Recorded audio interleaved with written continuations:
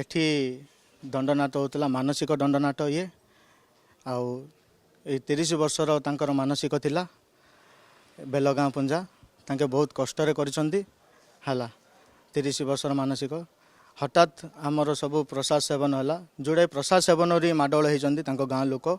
ଭୋଗକୁ ନେଇକି ଆଉ ଖାଇବାକୁ ନେଇକି ନାଟୁଆ ପିଲାଙ୍କର ଖାଇବାକୁ ନେଇକି ହେଲା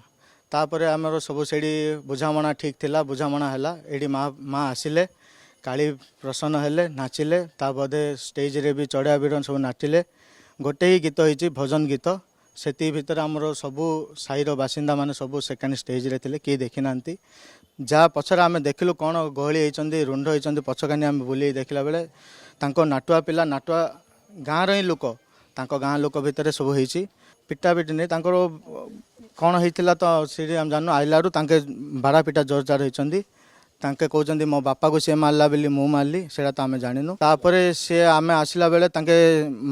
ଆମେ ଯାହା ଦେଖିଲୁ ତାଙ୍କର ରକ୍ତ ଜୁରୁବୁଡ଼ୁ ହେଉଥିଲା ହଠାତ୍ ଆମେ ଆମ୍ବୁଲାନ୍ସ ଡକେଇଲୁ ଥାନାକୁ ଯାଇ କହିଲୁ ରିପୋର୍ଟ ବି କରୁଛୁ ଥାନାରେ ଆମର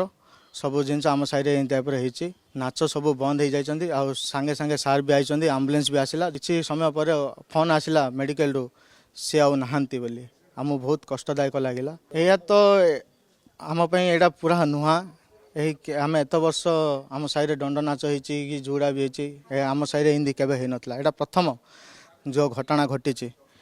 ଆମ ପାଇଁ ବହୁତ ଦୁଃଖରଦାୟକ ଘଟଣା ପ୍ରସାଦ ସେବନ ବେଳେ ତାଙ୍କର ଟିକେ ମାଡ଼ଗୋଳ ଟିକେ ହେଲା ସେଇଠି ବୁଝାମଣା ଟିକେ ହେଲା ତାପରେ ଯେତେବେଳେ କାଳୀ ମହାପୁର ଆସିଲେ କାଳୀ ନାଚ ସରିଲା ତାପରେ ଗୋଟେ ଭଜନ ଗୀତଟି ହେଇଛି ପଛରେ କ'ଣ ଗହଳି ହେଇଛନ୍ତି ଦେଖିଲା ବେଳୁ ସାହିରେ ତାଙ୍କର ବ୍ଲିଡ଼ିଂ ହେଉଥିଲା ତାଙ୍କେ ଗୋଟେ ବ୍ଲେଡ଼ ଗୋଟେ ଧରିକିରି ଶଙ୍କିଟାକୁ କାଟି ଦେଇଥିଲେ ତାପରେ ତାଙ୍କୁ ମେଡ଼ିକାଲ ନେଲୁ ମେଡ଼ିକାଲ ନେଲା ବେଳୁ ମେଡ଼ିକାଲରେ ତାଙ୍କେ ତା ଡେଥ୍ ହେଇଲେ ନା ନାଟକ ପୁରା ବନ୍ଦ କରାଇଲା।